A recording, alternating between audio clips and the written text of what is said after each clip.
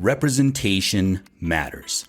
But as indigenous Chicano people, we can't just sit back and wait for mainstream media outlets to make it happen for us. And nor should we.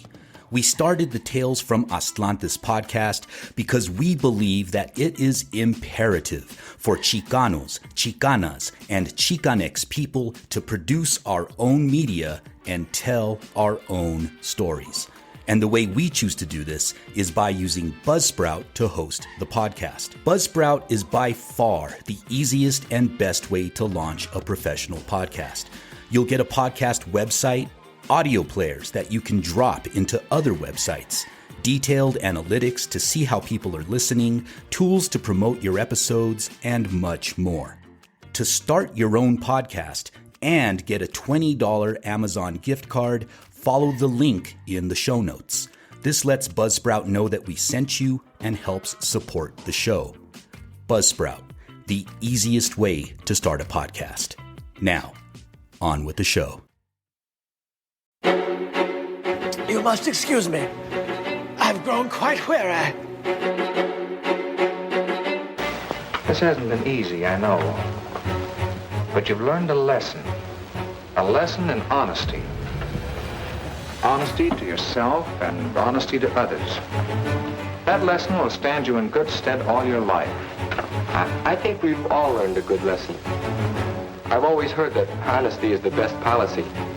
Now I'm catching on to why that's so, Yali no Chime, and welcome to Tales from Atlantis, the show where we explore Mesoamerican pseudo-history, New Age nonsense, and other stories of adventure. We are your hosts, Curly Tlapoyawa and Ruben Arellano, also known as Tlacatecat. Episode 2, Hunab, Ometeotl, and the Vocabulary of Conquest. In 1524, 12 Franciscan missionaries were sent to Mexico from Spain to convert the previously unknown indigenous people to Catholicism. To help facilitate this, the Spaniards constructed the Colegio de Santa Cruz in Tlatelolco in 1536, where young indigenous nobles were trained in Catholic doctrine and taught to read and write using the Latin alphabet. These nobles held valuable insight into Mesoamerican cosmovision and helped determine how to manipulate it to serve the missionizing process. These indigenous aides would often use Mesoamerican vocabulary and concepts when attempting to translate Catholicism into indigenous terms. Pre-existing names such as Ipalnemoani, he by whom one lives, Tloke Nawakeh, possessor of the near, possessor of the surrounding, Teyokoyani, creator of people, and others were repurposed to represent the concepts of God, Jesus Christ, the Holy Spirit, and other aspects of Christian belief. When there were no pre-existing indigenous names to properly convey a desired Catholic principle, indigenous aides created new terms and expressions known as neologisms in their language that could adequately carry the necessary meaning. So basically, they drew from pre-existing ideas and glossed them with Catholic principles, right? For example, the words Teotlaxcali, sacred tortilla, and Istac Tlaxcaltzintli, little white tortilla, were both used to identify the Eucharist. As a result, an entirely new vocabulary to convert Mesoamericans to Catholicism was born. We refer to this appropriation and invention of indigenous terms in the service of religious conversion as the Vocabulary of Conquest. Hunab. One of the more notable examples of this practice comes from the conquest of the Yucatan, where the term Hunab was invented by a Spanish friar named Antonio de Ciudad Real with the help of his Maya-speaking indigenous aides. Hunab was created for Real's Dictionary of Motu to introduce monotheism to the Maya people. In it, Hunab is defined as the only living and true God, also the greatest of the gods of the people of Yucatan. He had no form because they said that he could not be represented as he was incorporeal. Sadly, the colonial origin of this term is often ignored or forgotten, and Hunab has been mistakenly accepted by many as a legitimate pre-conquest Maya concept. As we shall soon see, this was only the beginning of a long and winding journey for the imaginary deity. Hunab was repopularized in the 1950s by Domingo Martinez Paredes, a native speaker of Yucateco and professor at UNAM. In his 1964 book, Hunab, Síntesis del Pensamiento Filosófico Maya, Paredes refers to Hunab as the only giver of movement and measurement, and uses Hunab to promote the idea that the Maya were a monotheistic people. Paredes was a member of the Movimiento Confederado Restaurador de la Cultura de Anáhuac, or MCRCA, a Mexican nationalist organization with a reputation for spreading pseudo-historical accounts of Mexico's indigenous past. As a native Maya speaker, Paredes was unique among MCRCA membership, a fact he used to bolster credibility for his more outlandish claims regarding Maya history. In addition to promoting the fictional Hunab, Paredes claimed that the Maya originated from a long-lost island that sunk in the Gulf of Mexico, that the word Jehovah comes from the Maya word for egg, and that Jesus Christ spoke Maya while dying on the cross. So obviously this guy was, a little out there. He was on to something. Or on something. The myth of Hunab underwent yet another transformation, thanks to New Age author and artist Jose Argüelles. In 1987, Argüelles published his book, The Mayan Factor, featuring an image that he claimed represented Hunab. This symbol is a Mexica design from the Codex Magliavecchiano, so it's not Maya. Argüelles modified this image by turning it into a circle and then changing the colors to black and white, creating something that resembles the Chinese yin and yang. Today, this image can be seen on t-shirts, murals, jewelry, and tattoos. Unfortunately, most remain ignorant of what this alleged depiction of Hunab truly is: a New Age distortion of a Mexica design, promoting a Catholic principle under an invented Maya name. Man, that's some contortions there. Yeah, it's a hell of an onion to to cut through. Ometeotl.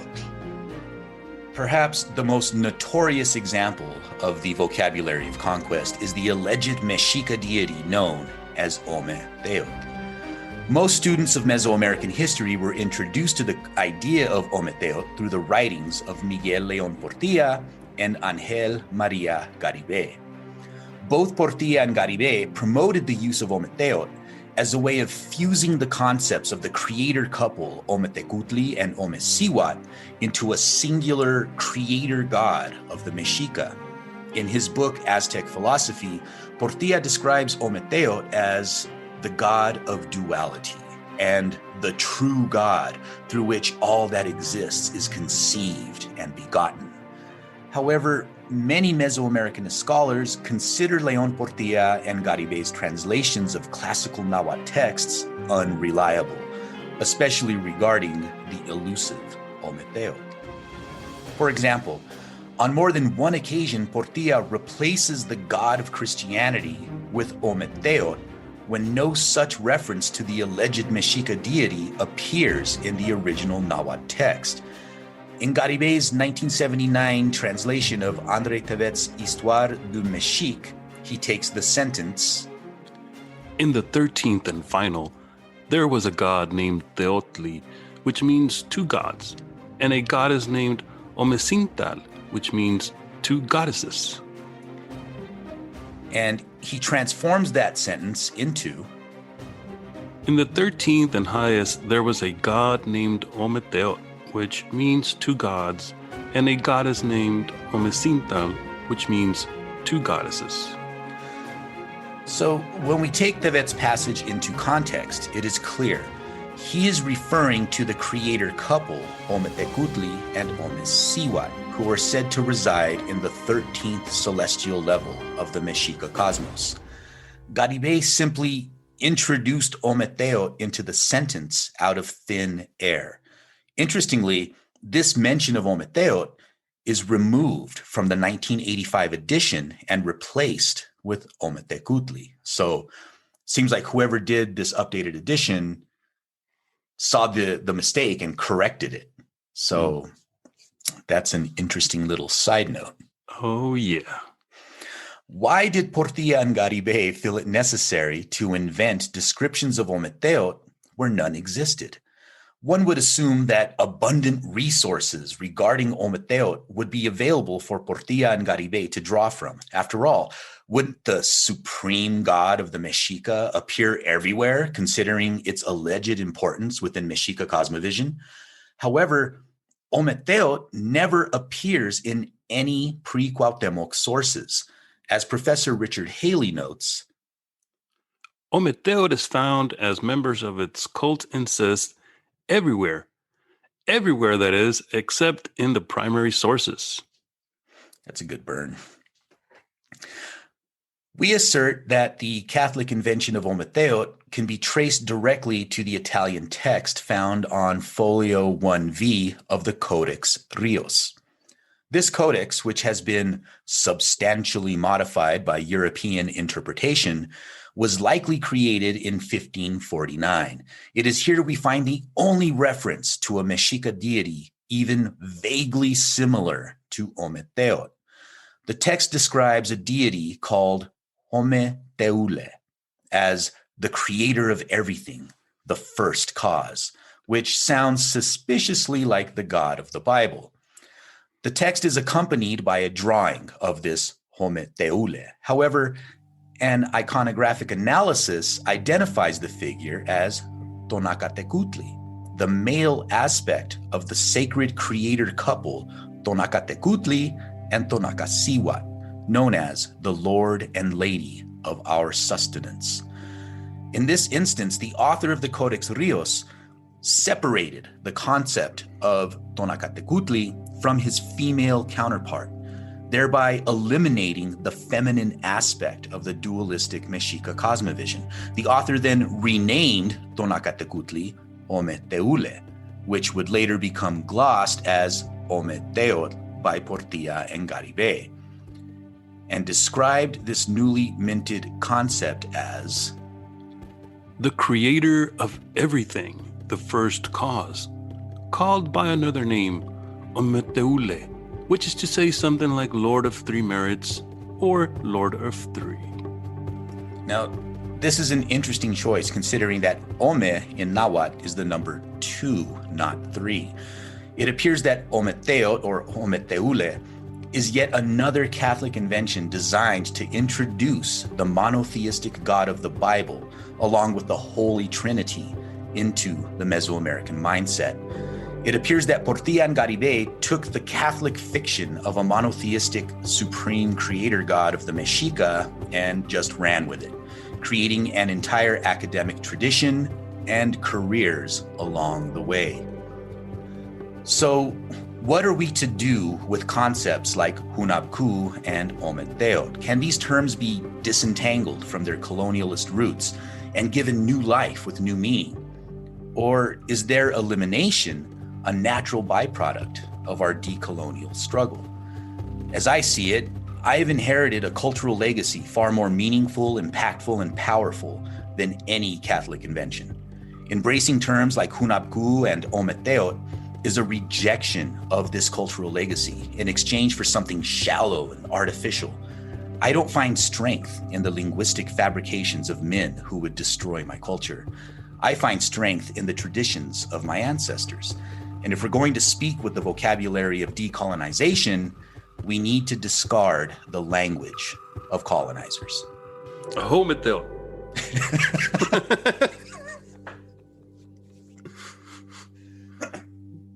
And it's funny that you ended with that because, you know, I've been, you know, part of this community, the Mexica community, right, for close to 30 years, doing danza and ceremony, playing gulama, researching the history, the calendar.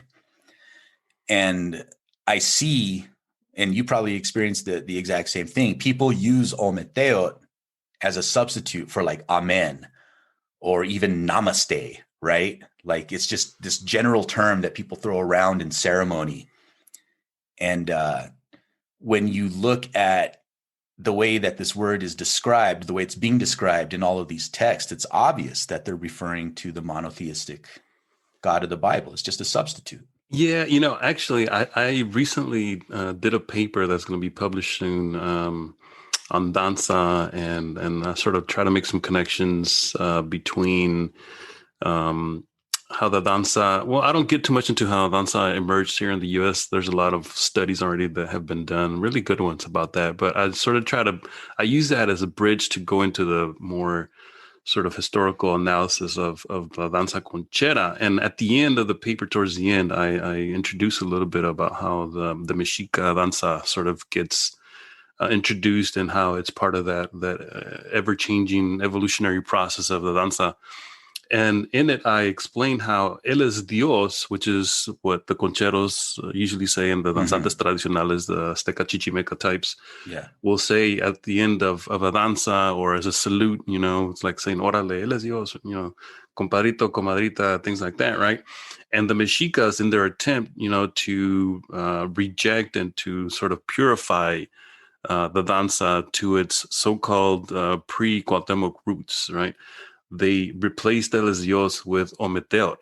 Yeah. And so that's where that comes from in terms of like why so many people in calpulis and a lot of danza circles use it today, even including some tradicional circles that you might hear someone who maybe 15 years ago, 20 years ago was saying El es Dios, they might now say Ometeotl because it was a reaction. It was a reaction that gets absorbed into the general danza culture, and now it's just part of the you know the danza milieu. So it's interesting because Ometeotl, I mean, going back to what you were saying about how it's what do we do with it? What do we do with these concepts of Hunab and Ometeotl, because they're so ingrained now in the tradition of either whether it's a danza tradition or even in the Mexicayot tradition, right? Like, you know, there's people who are part of danza today that are, you know, maybe half our age, who've only been dancing for 5 to 10 years, right? And they've learned all this stuff and they've sort of incorporated it into their lexicon, assuming that these are ancient traditions that go back to, for sure, you know, before the invasion of the Spanish, and without realizing that a lot of this stuff is just recent invention, right? Yeah. It is what's known as an invented tradition, actually. Okay. So what is the difference between an invented tradition and, say, for example, calling something a pseudo-historical concept? So, well, actually, I'm glad you brought this up, Dr. Ariano. So pseudo-history, for the sake of our listeners, pseudo-history would be a deliberate distortion or misrepresentation of history in order to advance some sort of agenda, usually a political agenda, right? Not always, but usually a political agenda. In a broad sense, that's what pseudo-history. Well, pseudo-history also plays a large role in the emergence of nationalism. Oh, yeah. Especially of the extreme right type of nationalism. Absolutely. So then an invented tradition is basically when somebody makes up a tradition, which is nothing wrong with that, right? All traditions are made up. They're all invented, but they're not traditions that evolved organically from within a community. They're traditions that were made up to serve a certain purpose, but they're given the veneer of being ancient. Like whoever made up this tradition claims that it is actually an ancient tradition, even though it's very, very modern. And we have a very good example of something like this. If our listeners would are interested in learning more about this, there was a recent article in Mexico News Daily. I think I shared it with you recently, where it talks about an invented tradition, basically, that only goes back to maybe 30 years. Called El Leñero, and it's or El Leñerito event, and Leñero is in reference to leña, as in firewood, and so it's a very, very interesting tradition. If our listeners are interested, they can go and look it up. But I'll put it in the show notes. This tradition is very recent, but it's an organic tradition that emerged within some of the communities that are considered original Mexica or Nahua pueblos that surround modern day Mexico City. And these people are descendants of those original peoples, and they decided, as a reaction to environmental stress and illegal logging that was being done in the surrounding mountains of their communities, they decided to invent this tradition to pay homage and respect to the spirits of the mountain and the trees. And they go into the mountains and with the old dead wood or dying trees, and then use that for firewood throughout the year for special ceremonies. And then they go back and they replant trees to replace the ones that have been logged illegally or have died. That's awesome. So this is an invented tradition that is serving a purpose for the community, right? And this is different from say creating an entire deity whole cloth based on someone's erroneous interpretation of the sources. Right? Yeah. So like an invented tradition isn't necessarily a negative thing, right? In many ways, it could be a positive thing. Right, exactly. It's just what was the intent behind doing it, and how is it being presented to people? I read that article, and the people are very open about it being new. Right. You know? They don't make any claims to antiquity. They don't try to, pose as these ultra, righteous indigenous people that have this long-standing tradition that was in secret. There's always a secret involved, and there's always a group of very mysterious grand council of mysterious elders that are hidden somewhere that no one really knows about, and it's just only a select few, and you have to pay homage to me because I have that connection to those elders. Now these people are very open about it. This is just a communal event that we're doing, and they're very upfront about what the purpose of it is, and they make no presumptions about it, right? Yeah. Well, in the Huasteca, I learned about another invented tradition that takes place there, that involves Dia de Muertos. And what happened is the youth, the Nahua youth of these communities, were kind of upset that their relatives who were seen as like bad people, maybe they were drug dealers or whatever, they did something that was seen as negative.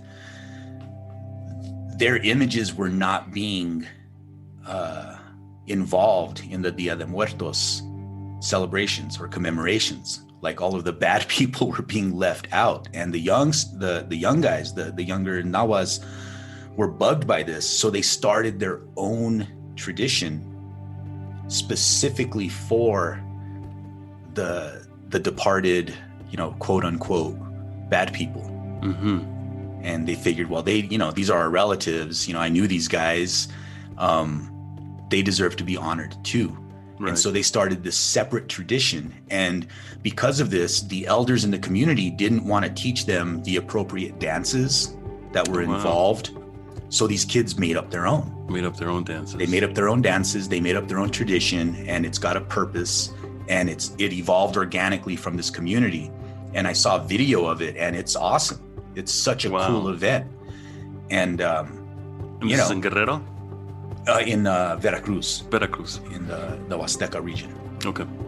And I don't know, I just thought it was awesome. So, again, going back to that point, just because it's an invented tradition, just because we call something an invented tradition, it's not like a judgment call. Mm-hmm. Or, we're passing judgment on it as being something negative or positive. We're just calling it what it is, Well, okay, so that brings up another point with Hunab and Ometeotl. These were one dates to the colonial period. It had an agenda. It was a political agenda, even though it was guised under the rubric of Catholicism and the church and spirituality and religion. It was very political. It was about stripping the power from the indigenous people. Absolutely. Colonizing them, colonizing their land, their minds, their forms of spirituality, right? So you take something like that gets repurposed by Paredes through the MCRCA, and then you have Ometeotl, which, interestingly enough, I went back and I looked at Mexicayot, the book that was published by Nieva Lopez's sister, Iscalotzin, right?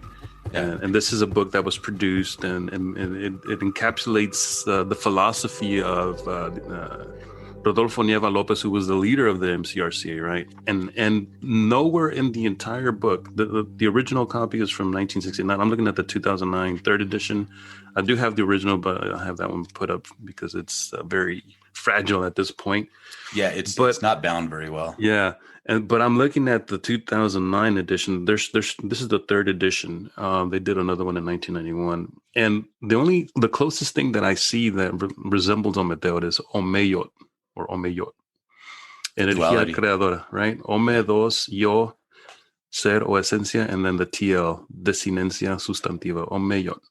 And I'm thinking, if Ometeotl was such an important concept, you would think that, Nieva Lopez would have known about it. This is a guy who was basically borrowing a lot of ideas from people before him, especially Juan Luna Cárdenas, whom I think we should probably do a show on him at some point, predates Nieva Lopez.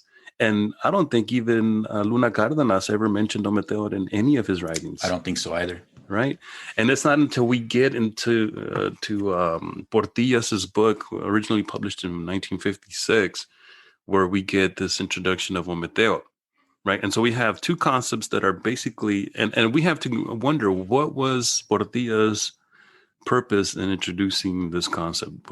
He was an academic, he was a professor, and so what was it what was his purpose for inventing this thing? Did he misread was he trying so hard, as you mentioned, was he trying so hard to vindicate the Aztec pantheon, the Mexica pantheon, by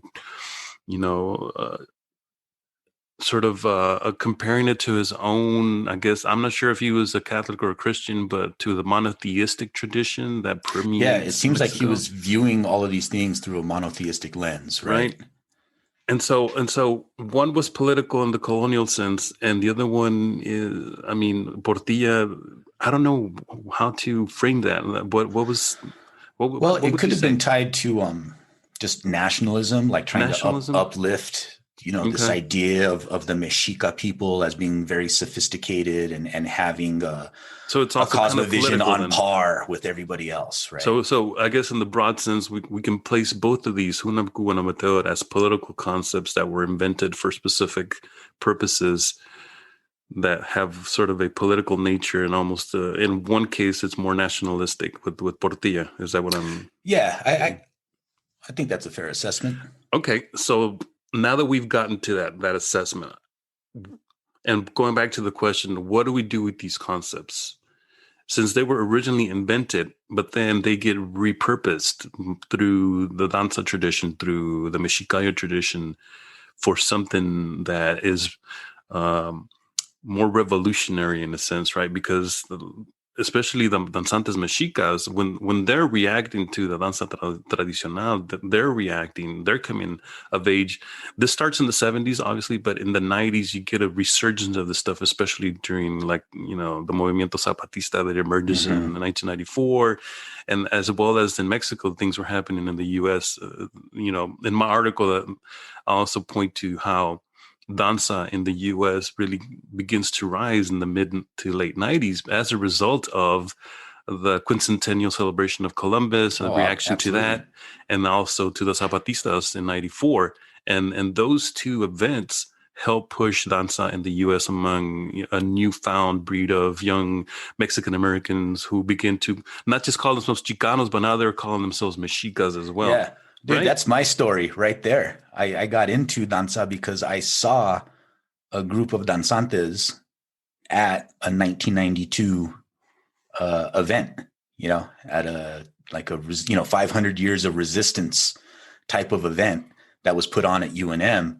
There were a group of danzantes there, and you hear the drum, you smell the copal. It's like, wow, man, I want to be part of this. So that was like my entry point into this whole way of thinking, and to calling myself Mexica, and just getting really involved with that tradition. So yeah, I think you nailed it right there. So what do you say to someone, for example, that says, I acknowledge what you're saying about Hunab and Ometeotl being invented traditions, but over the years they've been repurposed and transformed into something that is akin to, invented in the sense that they were pseudo-historical, right? The original sense. But now they get repurposed and they become part of this new tradition that is organic, that is also sort of being molded and adapted by people on the ground to suit their own localized purposes, whether it be a spiritual one, whether it be a political one. And someone who comes at it from that perspective and says, well, what you're saying might be true. Maybe these are invented whole cloth traditions or ideas, but now they have a completely different meaning for us. Right. Yeah. And people actually, they come to me and say that. So I just try not to be judgmental, like, look, this is your life, man. I don't care what words you use. I always tell people, I'm a pantheistic atheist. So when I participate in ceremony, I have my own personal reasons for participating in that ceremony. And, we've sat in ceremony with Gnostics, with, agnostics, with Christians, with Catholics. Yeah. I don't ask people what their personal beliefs are, but we come together for the purpose of the ceremony, and there's a greater purpose involved, right? Which is cultural continuity, maintaining community, and just coming together for a good purpose. So I really don't, I'm not going to judge people for using these words or continuing to use these words. Personally, it's just my inquisitive nature as a researcher and as an archaeologist and ethnohistorian. You're a historian, to get to the roots of these things. Right. I want to know. I want to know where these things come from. These things matter to me. So honestly, I don't think they're going to go away. It's unless even if Leon Portilla came out and said, "Hey guys, I made all of that up. It's Sorry about that." Too late for that now. Yeah, it's too late for that now. Like you said, like somebody gets into danza, they learn well, this is what you say, and this is why you say it, because it's an ancient concept. So they're like, yeah, right on. And they think they're doing something good. And then to have somebody come up to them and be like, nah, you're full of shit, kid. that's not going to win any fans. You don't know the half of it, man. So I think it's important to tell people, I think we have an ethical and moral obligation to tell people where these things come from. Right. But I'm not going to try to force people to stop saying these things that bring them comfort, especially terms like that. They're fairly innocuous. Innocuous. Right? Yeah. Well, I mean, I get your point. And I think the issue with me is when I get people, and it hasn't happened in a while, but, early on when we were first beginning to sort of explore these things, and going back to what you were saying, the reason why we do this is not to sort of, put people down or to try to discourage people from believing what to each his own. People will believe what they want to believe. But, me and you, we're like, well, where does this actually come from? Like, what's the source? Who is the first person that we know of, and at least in our tradition, that begins to promote these things and so on and so forth. And I've had people come up to me, and tell me that, that I'm putting our people down, and, why are you trying to, sort of defame our culture or whatnot. I'm like, no, you're not getting it. That's not my purpose here. You can continue to believe whatever you want to believe. I'm just telling you that as far as my research, it's led me to this conclusion. I'm just sharing it with you. You can accept it or you can reject it. That's up to you. Right? Yeah. Do with this information what you will, but it's my obligation to put this information out there. That's the way I see it, And it's funny because I always joke with people, we can, if people ever do, come around to rejecting these terms, we could make a lot of money by opening up a tattoo shop and fixing everybody's Hunab tattoos. They would be easy fixes, just square them off so that they're not a circle and make it black and yellow instead of but black and white. You're forgetting that's the whole point of Hunab is it's squaring that circle. That's where it comes from Le Plongeon. Remember that? Yeah. Paredes basically in his book, Un Continente y una Cultura, and the one that you talk about, what is it? Synthesis. He basically, for lack of a better term, plagiarized. Dude, he draws a lot from Le Plongeon. Le Plongeon. And for people who aren't familiar, Le Plongeon was an amateur archaeologist and occultist. Who went to Mexico in the 19th century. Yeah. To his credit, Le Plongeon was working at a time when archaeology was still undefined as to the discipline itself. It was all over the place. So to say that he was amateur, I mean, they were all amateurs at that point. Yeah, right? That's fair. But he had some very interesting interpretations that led back to what you were saying, a lot of occultist sort of or fringe ideas. Not all of them were occult. Like he believed in these ideas of like mass catastrophes having occurred. Some of these which don't have any scientific proof or backing behind. Well, them. it's from his idea that the Maya basically came from Atlantis. Right, like exactly. Domingo Martinez Paredes borrows from that. Borrows from him, exactly. And even his symbol for Hunab is like he straight up jacks from Le Plongeon. From Le Plongeon. And it is based on that idea of squaring the circle. And we also need to realize that, I don't know if Le Plongeon was, but Paredes was a Mason.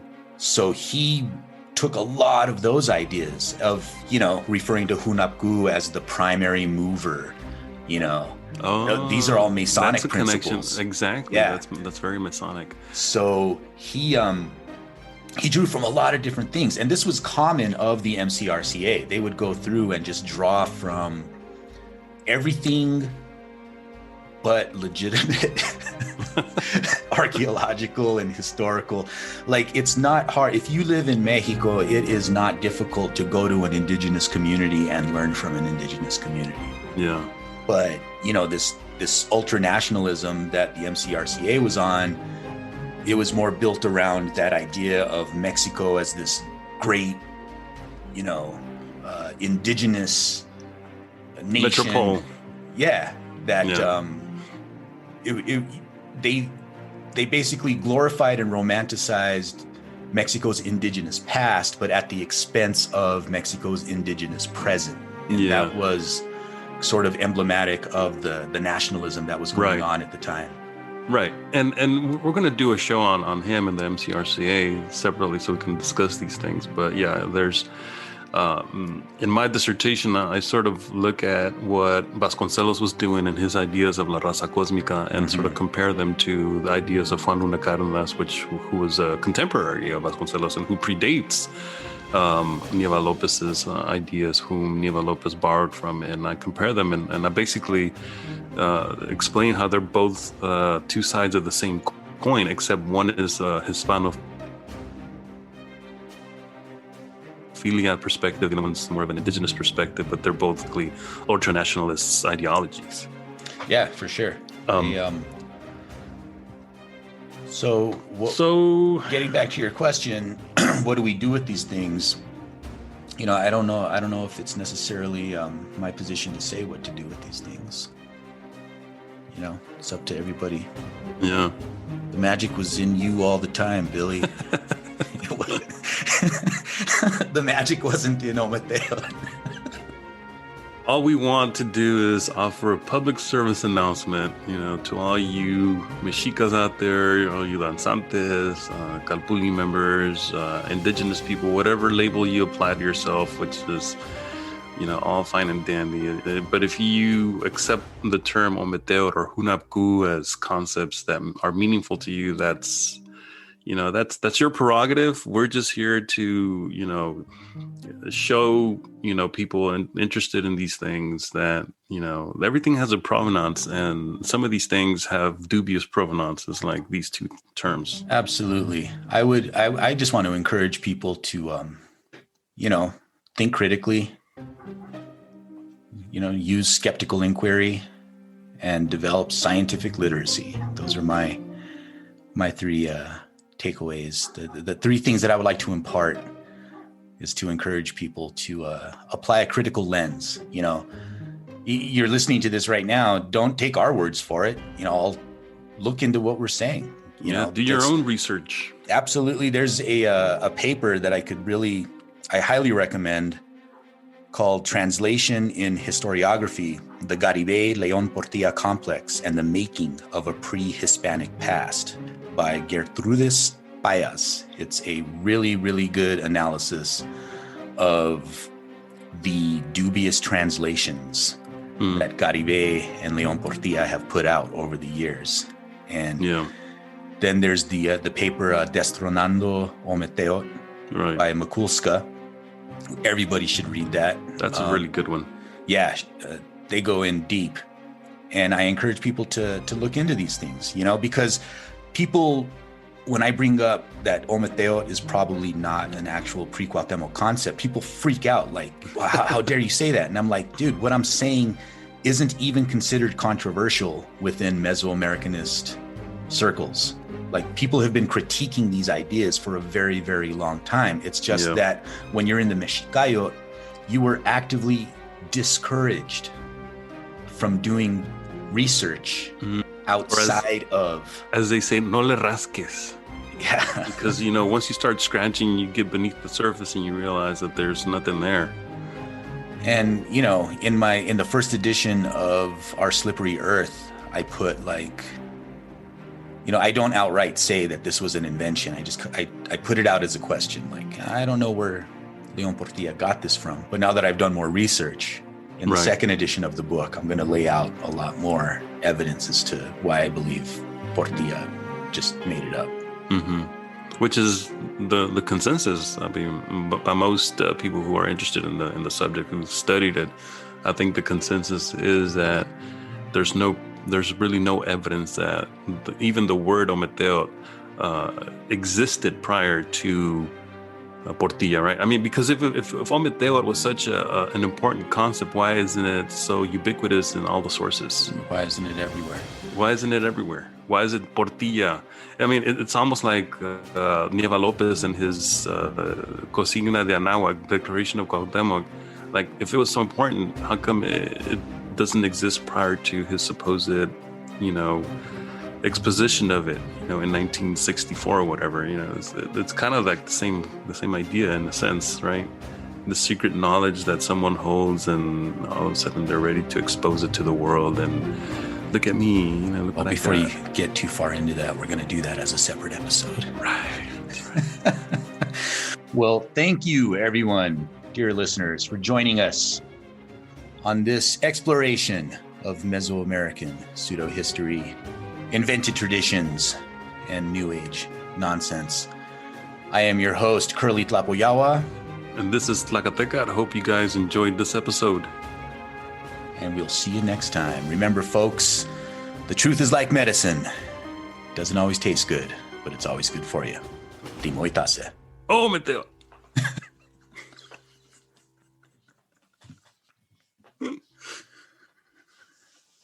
Thank you for listening to Tales from Atlantis, a project of the Chimali Institute of Mesoamerican Arts.